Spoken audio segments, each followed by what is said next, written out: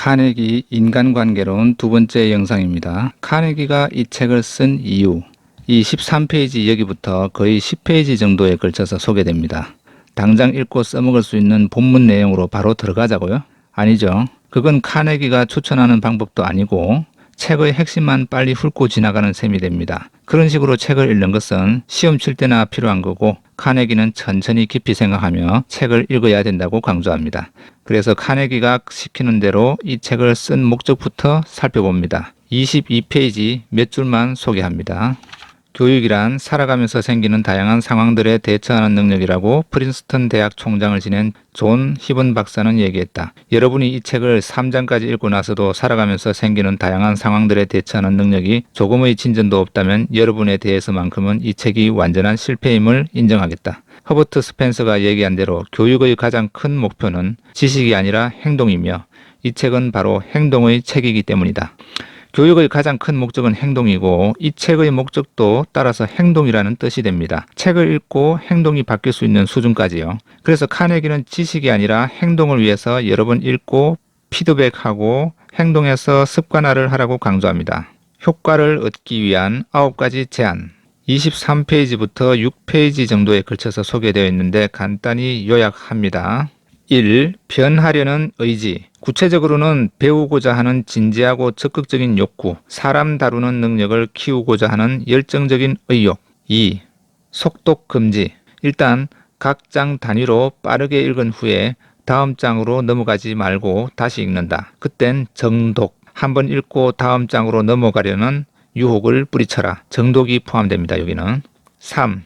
멈추고 깊이 생각. 책 읽는 도중에 자주 멈추고 읽는 내용에 대해 깊이 생각하라. 속독 한 번과 정독 한 번으로도 부족하다며 자주 멈추고 깊이 생각하라고 합니다. 이 책을 읽을 때 처음부터 다독이나 속독을 앞세우고 있다면 앞의 속독만 살피고 정독을 하라는 말을 지나치거나 중요성을 낮게 여기기 쉽습니다. 그러면 알맹이만 섭취했다고 스스로 자부심을 가지겠지만, 그렇게 해서 자기 혁신이 온다면 이 책을 읽은 대한민국 사람들이 모두 이미 대단한 성공을 했겠죠. 4. 책 읽으며 메모. 책을 읽으며 밑줄을 긋거나 필기를 하라. 속독 한 번, 정독 한 번, 자주 멈추고 깊이 생각하는 것에 더해서 필기까지. 우리나라 선조들도 그렇고 현재의 중국을 세운 모택동의 독서도 비슷합니다. 유명인이나 정치인에 대해서는 찬반이 엇갈리지만 어쨌든 모택동을 예로 든다면 10억 중국을 만든 사람이니까 보통 사람이 아니겠죠. 모택동은 책을 읽으며 하는 필기나 밑줄도 기호를 섞어서 세분화했습니다. 5. 자주 다시 읽기와 습관화. 이 책을 다 읽은 후에는 매달 서너 시간은 다시 읽어야 한다. 책상 위에 올려두고 자주 쳐다보고 몸에 배도록. 이 단계는 지속적인 습관화 단계입니다. 실은 카네기가 추천하는 방식은 정말 실천하기가 어려운 것 같습니다. 6. 몸으로 실천. 몸으로 실천한 지식만 몸에 남는다. 그러므로 실천하라. 카네기는 이 책을 읽는 목적이 단순히 정보를 얻는 것이 아니라 새로운 습관을 익히는 것이라고 말합니다. 실천과 습관화, 이 단계에 있는 사람을 우리 주변에서 만나는 것은 쉽지 않을 겁니다. 독서 인구 자체가 적으니까. 다른 말로 모집단부터 적다는 말이 되니까요. 7. 배우자나 자녀, 직장 동료에게 자신이 정한 원칙을 어길 때 벌금을 물겠다고 약속하라. 8. 자가 체크와 피드백. 자기만의 계획을 수립해서 습관화 진행 상황을 꾸준히 반성하고 피드백을 하라. 거의 약속 기록 노트와 같은 것을 쓰면서 반성하고 실수를 줄이는 노력을 습관화하는 거죠. 독서를 통해 얻은 탁월한 능력을 습관화로 지속시키고 피드백으로 계속 업그레이드하는 단계. 9. 책의 원칙들을 적용하면서 구체적으로 거둔 성공을 기록. 이런 실천이 얼마나 중요하다고 생각했으면 책 맨 뒤에는 이 9번째 미션을 위해서 비어있는 페이지를 남겨두고 있습니다. 본문 리뷰. 책 전체가 궁금한 분은 구입해서 본격적으로 읽으시길 바랍니다. 정독이 중요하고 여러 번 읽어야 하고 실천해서 습관화하고 피드백까지 가야 한다고 카네기가 강조합니다. 파트 1. 사람을 다루는 테크닉 중에서 첫 번째 1. 꿀을 얻으려면 벌집을 건드리지 말라입니다. 첫 번째 영상에서 이미 소개했듯이 아버지가 생전에 자주 했던 말이고 이 책을 읽게 된 계기가 된 장입니다. 여기서 35페이지 몇 줄 소개하고 생각해 보겠습니다. 나는 뉴욕에서 악명 높은 싱싱 교도소의 소장으로 오랫동안 재직한 워든 로즈와 서신을 주고받으며 이 주제에 대해 아주 흥미로운 대화를 나누었다. 로즈 소장은 이렇게 말했다. 싱싱교도소에서 복역 중인 죄수들 중 자신이 나쁜 사람이라고 여기는 죄수는 거의 없습니다. 그들도 당신이나 나처럼 인간이기는 마찬가지입니다. 그렇기 때문에 그들도 스스로를 합리화하고 변명거리를 만들어냅니다. 그들은 왜 자신이 금고를 털지 않으면 안 되었는지, 왜 총을 쏘지 않으면 안 되었는지 너무나 많은 이유를 댈 수 있습니다. 데일 카네기는 다양한 이런 사례를 통해서 다른 사람을 비난하는 것은 어리석은 일이라고 강조합니다. 효과가 없다는 거죠. 사형이 집행되는 사형수도, 시카고 암흑가를 장악했던 가장 냉혹한 깽단 두목 알 카포네도 잘못을 인정하지 않더라는 이야기를 많은 죄수들을 관리한 교도소 소장의 입을 통해서 알려줍니다. 범죄 증거가 뚜렷한 현행범으로 체포되어도 또는 세기의 범죄자들도 자신들이 잘못했다고 생각하지 않더라는 겁니다. 그런데 우리처럼 평범한 사람들에게 잘못을 지적한다면 그 반응은 불을 보듯 뻔할 거라고 말합니다. 100명 중 99명의 사람들은 자신이 아무리 큰 잘못을 저질렀더라도 잘못을 전혀 인정하지 않는다. 싱싱교도소 소장의 말입니다. 다른 표현으로 인간의 본성은 그냥 그 정도 수준으로 보자. 거의 아무도 뉘우치지 않을 거다. 인간관계론의 기본 원칙입니다. 그러니까 이 책의 목적은 지식이 아니라 행동이고 인간에 대한 기본 인식은 인간은 변하지 않는다입니다. 인간을 바라보는 시선을 이 정도로 낮추어야 합니다. 이게 안 되면 앞으로 카네기가 소개하는 방법들이 소용없게 됩니다. 논쟁을 하지 말라고 카네기가 강조하지만 인간이 변한다고 기본적으로 인식하게 되면 논쟁을 하게 됩니다. 사람이 웬만해서는 변하지 않는다는 것은 심리학자들에게도 좌절을 안겨주기도 하는 말입니다. 변하지 않는 것이 사람인데 왜 대학에서 학생들을 가르치나 하는 교육에 대한 근본적인 질문이 있습니다. 기술이나 기능은 효과적이지만 인성, 철학, 인문학 이런 내용은 교육의 효과가 있을까 하는 이론적, 교육적 측면이죠. 교육의 방식이 현재처럼 요점 파악하고 시험 치는 과정을 중요하게 여긴다면 말이죠. 강의를 들을 때는 맞는 말이야 하고 말하지만 그건 그거고 행동으로 가지 않는 거죠.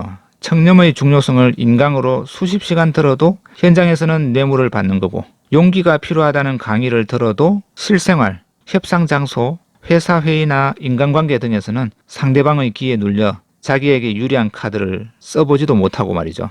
거의 죽을 뻔하거나 생명의 위협을 느끼지 않고서는 평범한 인간이 변하는 일은 여간해서 없다는 주장도 있습니다. 마찬가지로 인간은 지위의 높고 낮음과 상관없이 변하지 않고 합리적이지도 않다고 이 책에서 자주 강조합니다. 카네기의 인간관계론은 이번 장에서 이 말을 강조합니다. 논쟁하지 마라. 논쟁은 바로 벌통을 건드리는 행위니까 꿀을 얻으려면 논쟁하지 마라. 왜? 사람은 변하지 않는다. 구체적으로는 말을 잘해서 상대방과 논쟁에서 이기더라도 그 자리에서는 상대방은 말문이 막혀 물러나겠지만 잘못했다는 생각이 아니라 기분이 나쁘고 언젠가는 되돌려주고 싶다는 생각이 남는 것이 현실입니다. 인간관계만 상한다는 거죠. 이렇게 카네기는 논쟁을 해서 이겨도 저도 얻을 것은 없다고 말합니다. 흔한 말이지만 아주 지키기 어렵습니다. 싸우고 싶은 인간의 본성, 상대를 제압하여 승리하고 싶은 그런 내재된 본성을 잠깐 접어서 호주머니에 보관해 둘 만큼의 자기 수양이 필요한 것인데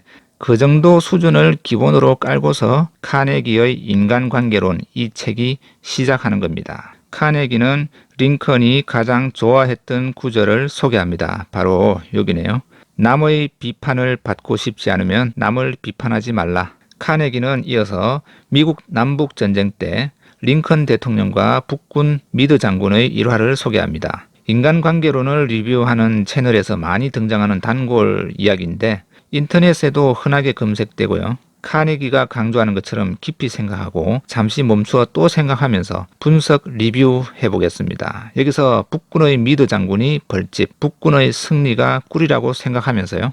남북전쟁 때 폭풍우가 몰려와 남군이 후퇴하기 시작했을 때 포토맥강에 이릅니다. 반면에 뒤에는 기세가 오른 북군이 쫓아오는 곤란한 상황이 되죠. 링컨은 계속 공격해서 전쟁의 승기를 잡는 절호의 기회로 봅니다. 그래서 즉각 미드 장군에게 남군을 공격하라고 합니다. 그런데 미드 장군은 작전 회의를 소집하고 망설이고 이런저런 핑계를 대면서 공격을 하지 않습니다. 강물이 줄자 남군은 포토맥 강을 무사히 건너 퇴각합니다. 여기서 링컨 대통령은 화가 머리 끝까지 납니다. 싸움도 그렇지만 일단 전쟁에서 상대를 넘어뜨릴 수 있는 절호의 기회를 놓친 후 전세가 역전되는 상황은 드물지 않게 발생하니까요. 게다가 전쟁에서 진다는 것은 정말 엄청난 두려움, 수모 그리고 생명을 포기해야 하는 문제가 있습니다. 그래서 링컨 대통령의 행동이 상식적인 모습이라 생각합니다. 저라도 이렇게 말할 겁니다. 미드 장군에게. 장군의 그 소심함 때문에 우리가 이 전쟁에서 진다면 우리를 믿고 싸워준 병사들, 전사한 병사들에게 무슨 말을 할 겁니까? 그리고 함께 싸운 흑인 병사들은 갈 곳 없는 그들의 미래는 만약 남군이 이번 일을 계기로 사기가 올라가서 우리가 전쟁에서 지게 된다면 이미 전쟁터에서 목숨을 바친 병사들과 앞으로 수모를 겪을 모두를 위해서 함께 죽는 편이 나을 겁니다. 이렇게요. 실제로 링컨 대통령이 보내지 못한 편지도 화가 난 감정을 숨기지 않았습니다. 그런데 써놓은 편지를 보내지 않습니다. 참았다고 볼 수도 있고 신중했다고 볼 수도 있고요.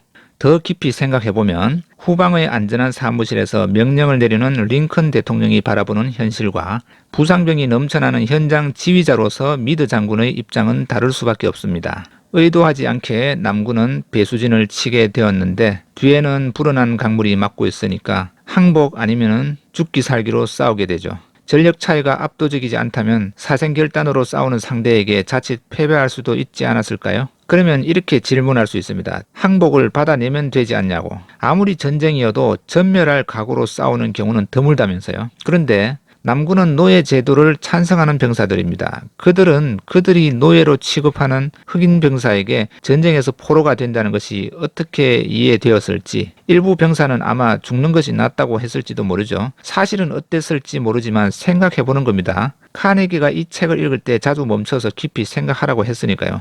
어쨌든 그건 현장에서나 알 법한 일이니까 후방에 있는 링컨 대통령이 알 수 없는 일이고요. 수비보다 공격자의 피해가 더 클 수밖에 없는 점도 있습니다. 배수진이라는 전법을 최초로 실전에 활용해서 성공한 사례로는 중국의 초안대전에서 한신 장군이 있습니다. 잘못 사용한 사례는 임진왜란 때 신립 장군의 탄금대 배수진이 있는데 이것도 대충 살펴보면 신립 장군이 크게 실수한 것처럼 보이지만 자세히 뜯어보면 어쩔 수 없는 상황이 보입니다. 초한대전에서 한신 장군의 병사들은 고도로 훈련된 수준이었지만 신립 장군의 8,000명 병사는 갑자기 긁어모은 오합지졸이 섞여 있었으니까요. 많이. 게다가 계곡에 숨어 매복 공격을 하는 편이 나을 거라는 의견을 묵살하고 자신이 가장 잘 알고 기병의 장점을 살려서 싸우는 방법을 선택해서 모두를 죽음으로 내몰았다고 판단할 수 있지만 그렇게 간단히 볼 문제도 아닙니다. 왜군들은 조선군의 가장 효율적인, 자기들 입장에서는 가장 난처한 방법은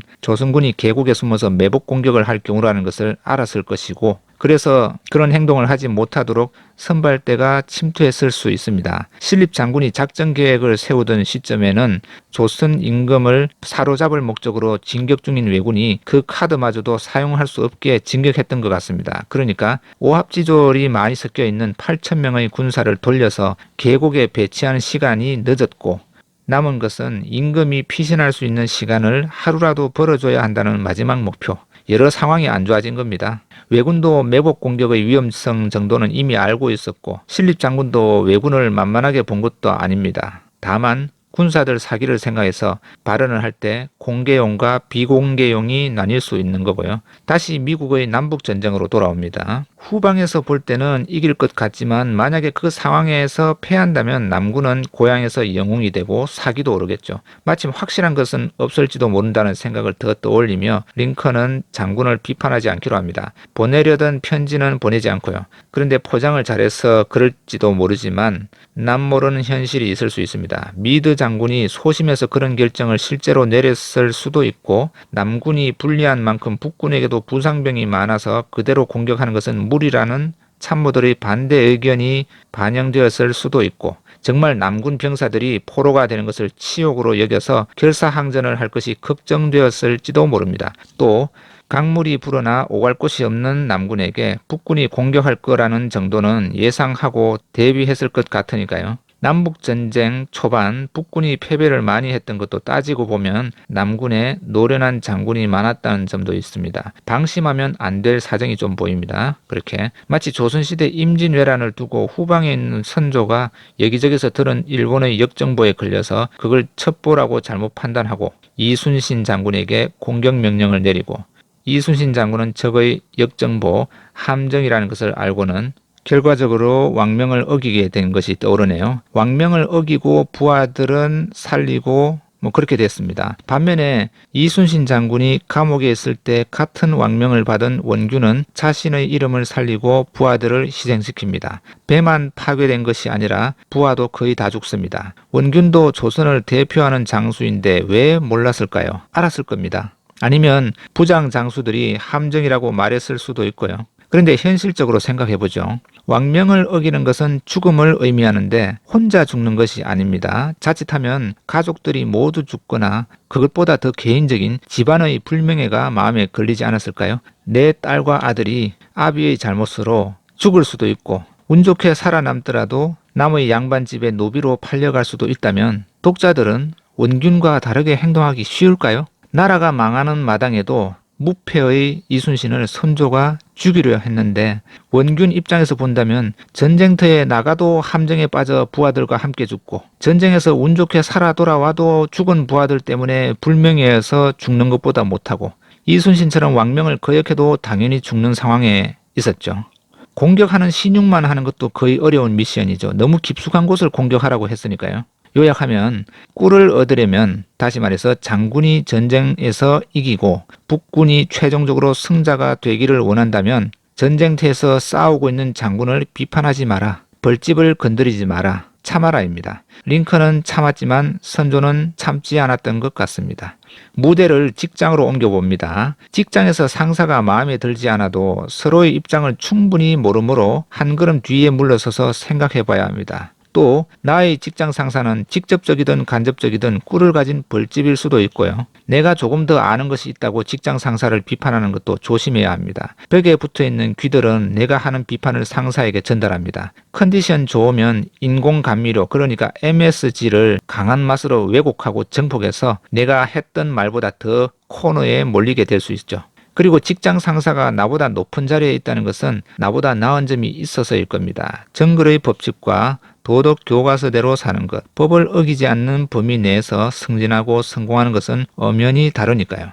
그래서 세상은 공평하다고 생각하면 어떨까요? 다들 능력이 있으니까 나보다 더 잘 나가는 거라고 생각하는 거죠. 사회생활에서 상대방 마음 잘 맞추는 것도 능력, 정보력을 동원해서 동료를 밟고 올라서는 것도 능력, 운동을 잘해서 동아리 활동을 잘하는 것, 동아리 활동을 통해 인맥을 넓히는 것, 인맥이 넓어져 같은 노력으로 더 나은 성과를 내는 것도 실력, 술 잘 마시는 것도 실력, 술 많이 마시는 것도 능력, 멋진 외모를 가진 것도, 체력이 좋은 것, 술 덜 마시고 이야기 분위기 띄우는 것, 그냥 밝은 이미지도 실력이죠. 그런 모든 능력이 종합되어서 다들 나보다 나은 자리에 있는 거라고 생각하면 어떨까요? 만일 그게 사회생활의 게임 룰이라고 생각한다면 이 세상은 아주 공평한 셈이 됩니다. 썩 내키지는 않지만 조금 시간을 길게 잡아서 보면 그러니까 상대방을 비판할 필요도 없고 데일 카네기가 강조하듯이 꿀을 얻으려면 벌통을 건드리지 말아야 할 이유는 우리 주변에서 차고 넘칩니다.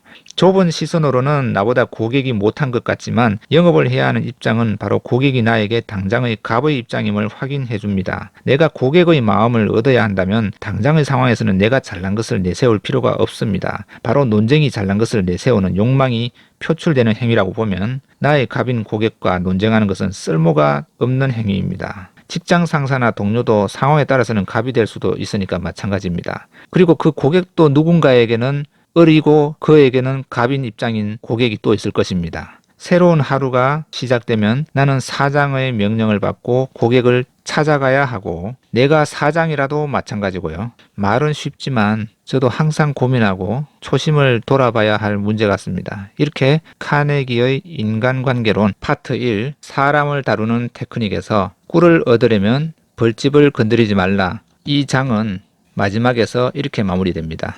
여기 49페이지네요. 사람들에 대한 비판, 비난, 불평을 삼가라. 이렇게 두 번째 리뷰 영상을 마칩니다.